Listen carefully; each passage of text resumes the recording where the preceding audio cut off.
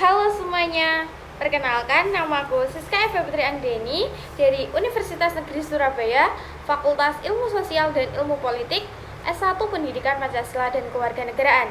Jadi, di sini aku akan membahas mengenai tugasku, yaitu politik dan negara. Mari kita saksikan ya teman-teman. Disclaimer dulu ya teman-teman, di sini cuacanya sedang hujan, mungkin backsoundnya akan sedikit terganggu. Jadi, temenin aku bahas tugasnya yuk. Nah, untuk yang pertama, politik sering dikaitkan dengan kekuasaan dan pengambilan keputusan. Bagaimana politik mempengaruhi kehidupan masyarakat secara langsung? Dan apakah contohnya yang pernah terjadi di Indonesia? Nah, politik memiliki dampak langsung yang luas terhadap kehidupan masyarakat di Indonesia, dapat melalui kebijakan publik, hak individu, stabilitas ekonomi, dan dinamika sosial. Politik memiliki dampak yang mendalam terhadap kehidupan masyarakat, terutama melalui kebijakan yang diambil oleh pemerintah. Contohnya ya teman-teman, ada kebijakan pendidikan gratis. Nah, dengan adanya kebijakan pendidikan gratis ini telah membuka akses bagi banyak anak untuk mendapatkan pendidikan yang lebih baik. Hal ini tidak hanya meningkatkan kualitas hidup individu, tetapi juga berkontribusi pada pembangunan sumber daya manusia yang lebih berkualitas di masa depan. Kesimpulannya, politik memainkan peran yang sangat penting dalam mempengaruhi kehidupan masyarakat di Indonesia melalui kebijakan-kebijakan pemerintah yang diambil. Hal ini menggarisbawahi pentingnya pemahaman dan keterlibatan masyarakat dalam proses politik, agar kebijakan yang dihasilkan benar-benar dapat menjawab kebutuhan dan aspirasi mereka. Nah, untuk yang selanjutnya ada bagaimana peran Pancasila sebagai dasar negara dalam menjaga stabilitas politik di Indonesia. Dan apa saja contohnya ya teman-teman? Kita bahas ya. Pancasila berperan penting dalam menjaga stabilitas politik di Indonesia dengan menjadi landasan filosofis dan moral bagi kehidupan berbangsa dan bernegara. Sebagai pemersatu bangsa, Pancasila itu mengajarkan nilai-nilai toleransi dan saling menghormati di tengah keberagaman suku, agama, dan budaya. Misalnya ya teman-teman, saat perayaan Hari Kemerdekaan, berbagai elemen masyarakat kan berkumpul, bersatu, merayakan dengan semangat kebersamaan yang mencerminkan prinsip persatuan Indonesia. Namun, tantangan dalam implementasi Pancasila ini teman-teman, terutama dengan adanya penyebaran informasi yang dapat memicu konflik. Oleh karena itu, pendidikan tentang Pancasila perlu ditingkatkan agar generasi muda dapat memahami dan menerapkan nilai-nilai tersebut dalam kehidupan sehari-hari mereka. Yang ketiga ada, apa sih kelebihan dan kekurangan sistem multipartai di Indonesia? Dan apa saja contohnya ya teman-teman, kasus nyata yang pernah terjadi di Indonesia? Untuk kelebihan sistem multipartai, yang pertama ada banyak pilihan untuk pemilih. Sistem multipartai memberikan berbagai pilihan kepada masyarakat yang dapat meningkatkan partisipasi politik dan mendorong keterlibatan warga dalam proses demokrasi.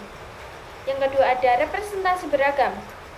Dengan banyaknya partai, sistem ini mencerminkan keberagaman budaya dan pandangan politik di Indonesia, sehingga aspirasi berbagai kelompok masyarakat dapat terwakili.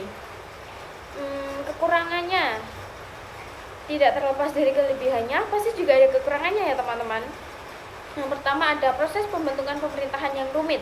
Banyak partai politik seringkali membuat proses pembentukan pemerintahan menjadi lebih rumit dan panjang karena harus mempertimbangkan berbagai kepentingan yang berbeda dari si A, dari si B, dan lain sebagainya. Resiko ketidakstabilan pemerintah. Sistem multipartai dapat menyebabkan ketidakstabilan terutama ketika terjadi deadlock antara eksekutif dan legislatif yang dapat menghambat pengambilan keputusan penting. Contoh kasus nyata yang pernah terjadi di Indonesia yaitu ketika Kabinet Indonesia Maju dari tahun 2019 sampai 2024 di bawah kepemimpinan Presiden Joko Widodo. Kabinet ini terdiri dari berbagai partai politik yang membentuk koalisi. Namun, terdapat perbedaan kebijakan antara para menteri dan pemerintah daerah, seperti dalam kebijakan larangan mudik dan ojek online. Nah, ketidaksepakatan inilah yang menciptakan tantangan dalam pelaksanaan kebijakan yang efektif selama masa pandemi COVID-19. Yang kedua ada koalisi besar pasca pemilu 2019. Setelah pemilu 2019 terbentuk koalisi yang besar yang melibatkan banyak partai. Meskipun koalisi ini bertujuan untuk mendukung pemerintah, keberagaman ideologi dan kepentingan membuat proses pengambilan menjadi panjang dan rumit. Hal ini menunjukkan bahwa banyaknya partai politik dapat memperlambat respon pemerintah terhadap isu-isu penting. Dengan demikian, meskipun sistem multipartai di Indonesia memberikan keuntungan dalam hal representatif dan partisipasi politik, tantangan dalam stabilitas pemerintahan dan efektivitas pengambilan keputusan tetap menjadi isu penting yang perlu dipertimbangkan. Yang keempat, teman-teman, dalam sistem politik di Indonesia, partai politik kan memiliki peran yang sangat penting. Namun, tidak jarang partai politik lebih mementingkan kepentingan elit daripada masyarakat. Jika Anda memiliki wewenang, jika aku nih ya teman-teman memiliki wewenang, langkah apa yang harus aku lakukan dan apa yang akan lakukan ketika ingin mereformasi partai politik agar lebih inklusif dan demokratis. Nah, mungkin langkah awal saya ya yang dapat saya lakukan yaitu transparansi dan akuntabilitas, serta mendorong partisipasi yang lebih luas dari semua lapisan. Kita bisa menciptakan ruang bagi dialog yang konstruktif dan inklusif. Saya juga merasa bahwa pendidikan politik yang menyasar anggota partai dan masyarakat umum akan membantu meningkatkan kesadaran akan hak dan kewajiban dalam berpartisipasi secara aktif. Dengan melakukan langkah-langkah ini, kita tidak hanya memperkuat demokrasi, tetapi juga membangun kepercayaan masyarakat terhadap partai politik sebagai perwakilan aspirasi mereka. Yang terakhir nih teman-teman, bagaimana Anda menganalisis hubungan antara visi dan cita-cita nasional dengan negara Indonesia sebagai tertuang dalam pembukaan Undang-Undang 1945, dan bagaimana ya kaitannya dengan dinamika politik saat ini? Apakah praktik politik di Indonesia saat ini sudah sesuai dengan? Mari kita analisis bersama-sama ya teman-teman. Nah, untuk visi dan misi yang tertuang dalam pembukaan Undang-Undang Dasar 1945 adalah ini ya teman-teman.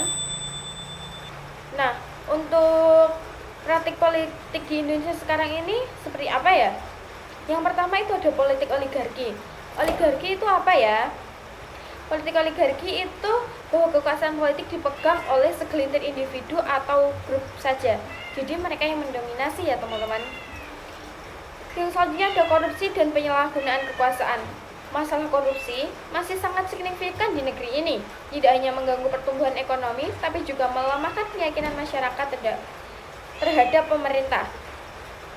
Nah, dari data analisis di atas disimpulkan bahwa praktik politik saat ini belum sepenuhnya sesuai dengan visi dan cita-cita nasional. Meski ada kemajuan dalam bidang kebebasan, berekspresi dan partisipasi politik, masih banyak tantangan yang harus dihadapi untuk mewujudkan cita-cita leluhur bangsa. Nah, untuk praktik politik di Indonesia sekarang ini seperti apa ya? Yang pertama itu ada politik oligarki. Oligarki itu apa ya? Politik oligarki itu bahwa kekuasaan politik dipegang oleh segelintir individu atau grup saja. Jadi mereka yang mendominasi ya teman-teman.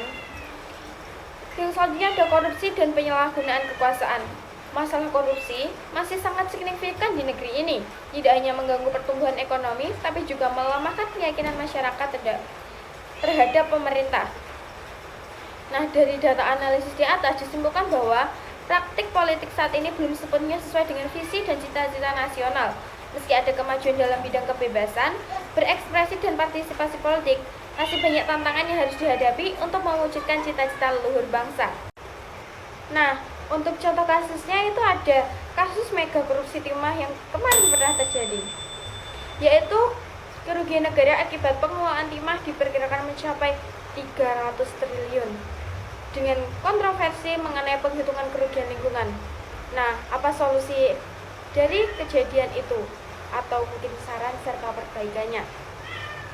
Yaitu meningkatkan transparansi dalam pengelolaan sumber daya alam dengan melibatkan masyarakat sipil dan ahli independen untuk melakukan audit lingkungan secara berkala. Yang kedua ada penetapan tersangka Hasto Kristianto. Kasusnya yaitu Sekjen PDIP Hasto Kristianto ditetapkan sebagai tersangka oleh KPK dalam kasus penyuapan yang memicu kritik terkait independensi KPK. Saran perbaikannya yaitu memperkuat perlindungan bagi penyidik KPK dan memastikan bahwa proses hukum tidak terpengaruh oleh tekanan politik. Ini bisa dilakukan dengan memperjelas regulasi yang melindungi whistleblower dan pihak-pihak yang berani melaporkan praktik korupsi. Nah, itu tadi pembahasannya dari aku ya teman-teman. Mungkin dapat menambah wawasan serta pengetahuan teman-teman. Mohon koreksi, dan apabila ada kesalahan informasi, kesalahan kata, serta pengucapan dari aku memohon maaf sebesar-besarnya ya teman-teman. Jadi kita saling mengoreksi satu sama lain. Sekian dari video aku. Terima kasih sudah nemenin.